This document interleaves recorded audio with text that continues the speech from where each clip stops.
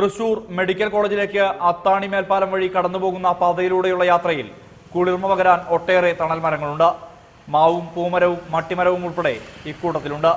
വൻതടിയുള്ള ഈ മരങ്ങൾ മുറിച്ചു നീക്കാനാണ് ഇപ്പോൾ പൊതുമരാമത്ത് വകുപ്പിന്റെ നീക്കം. ഇനി വനം വകുപ്പിന് ലഭിച്ച കത്തിന്റെ പകർപ്പ് കാണുക. റോഡിന്റെ ഇരുവശങ്ങളിലുമായുള്ള 40-ലേറെ വൻമരങ്ങൾ മുറിക്കാനുള്ള അനുമതി തേടിയാണ് ഈ കത്ത്. Vadakkanchery PWD road section assistant engineer, Thrissur social forestry assistant കൺസർവേറ്റർക്കാണ് കത്ത് നൽകിയിരിക്കുന്നത്. റോഡിന്റെ അഭിവൃദ്ധിപ്പെടുത്തലിനായി കാലനിർമ്മാണത്തിലാണ് മരം മുറിക്കുന്നതെന്ന് കത്തിൽ പരാമർശമുണ്ട്. എന്നാൽ വ്യാവസായിക മേഖല ഉൾപ്പെടുന്ന ഈ സ്ഥലത്ത് വെള്ളക്കെട്ട് കണ്ട കാലം ഉണ്ടായിട്ടില്ല. ഇവിടെ വെള്ളക്കെട്ടൊന്നും ഉണ്ടാവാറില്ല. നല്ല മഴ പൊതുവെ കുറഞ്ഞ സ്ഥലമാണ്. വേറെ എവിടെ മഴ പെയ്താലും ഇവിടെ പൊതുവെ ഈ ഏരിയയിൽ മഴ കുറവാണ് ഉണ്ടാവാറ്.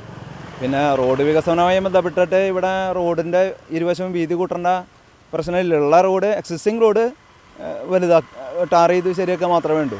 മെഡിക്കൽ കോളേജിലേക്കുള്ള പ്രധാന റോഡ് വളപ്പായ റോഡാണ്. ആ റോഡ് ഓൾറെഡി BMBC ചെയ്ത് നന്നാക്കിയിട്ടുണ്ട്.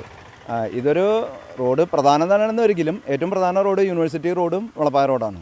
ഈ റോഡിലെ മരങ്ങൾ മുറിക്കാതെ ഒരു ടാറിങ്ങോ ഡെവലപ്മെൻറ്റോ ചെയ്യുന്നതായിരിക്കും നല്ലതായിരിക്കും. മെഡിക്കൽ കോളേജിലേക്കും ആരോഗ്യ സർവകലാശാലയിലേക്കുമുള്ള പ്രധാന പാത അല്ലെങ്കിലും നിലവിലെ റോഡ് അറ്റകുറ്റപ്പണികൾ നടത്തിയാൽ യാത്ര കുറെ കൂടി സുഗമമാകും. എന്നാൽ കാലങ്ങളായി തണൽ പകരുന്ന മരങ്ങൾ മുറിച്ചു നീക്കിയുള്ള റോഡ് വികസനത്തിന് എതിരാണ് ഈ മേഖലയിൽ ഉള്ളവർ. ഫലവൃക്ഷങ്ങൾ ഉൾപ്പെടെയുള്ള വൻമരങ്ങൾ മുറിച്ചു നീക്കുന്നതിന് പിന്നിൽ ഏതാനും ഉദ്യോഗസ്ഥരുടെ സാമ്പത്തിക താല്പര്യമാണെന്ന ആരോപണവും ഇതിനകം ഉയർന്നിട്ടുണ്ട്. റോഡ് വികസനത്തിന്റെ പേരിലാണ് ഇവിടുത്തെ വൻമരങ്ങൾ മുറിച്ചു നീക്കാൻ PWD നീക്കം നടത്തുന്നത്. തണലറുത്തുള്ള വികസനം വേണ്ടെന്ന നിലപാട് പരിസ്ഥിതി പ്രവർത്തകരും പങ്കുവയ്ക്കുന്നു. ക്യാമറാമാൻ ഷഹീർ ഗുരുവായൂരിനൊപ്പം സുർജിത്ത് അയ്യപ്പത്ത്, റിപ്പോർട്ടർ, തൃശൂർ.